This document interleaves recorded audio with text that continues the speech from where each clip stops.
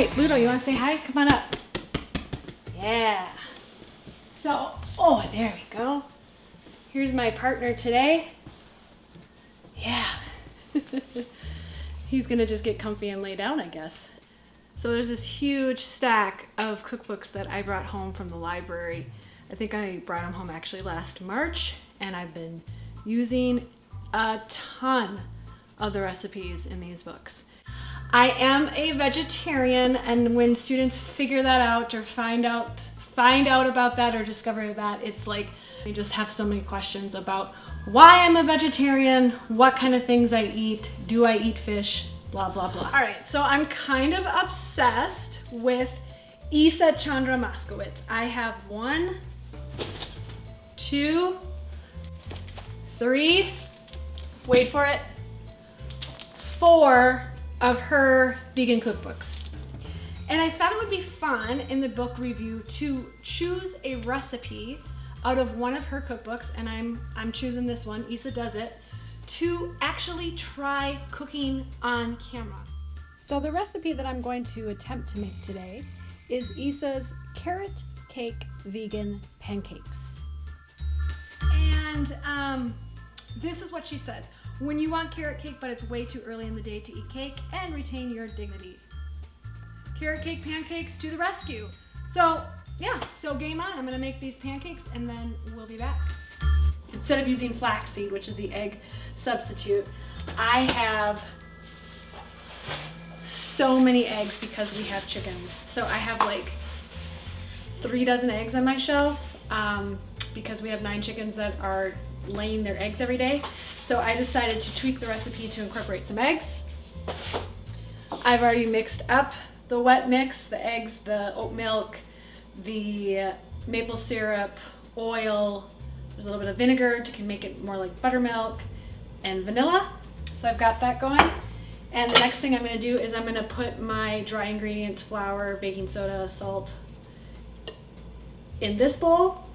And then I will grate the carrots, because the recipe that I'm making is carrot cake pancakes. This is requested by my daughter Violet.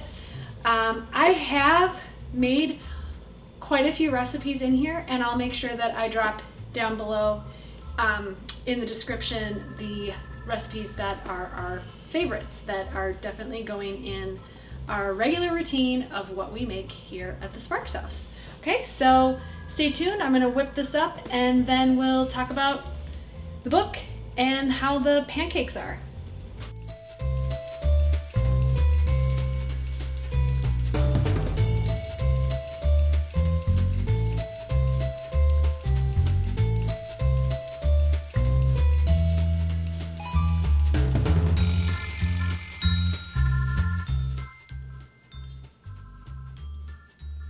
Pretty good. Pretty tasty.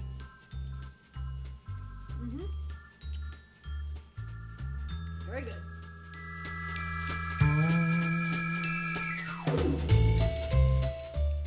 Besides those pancakes, our family has really liked the olive angel hair with seared Brussels sprouts. That was fantastic.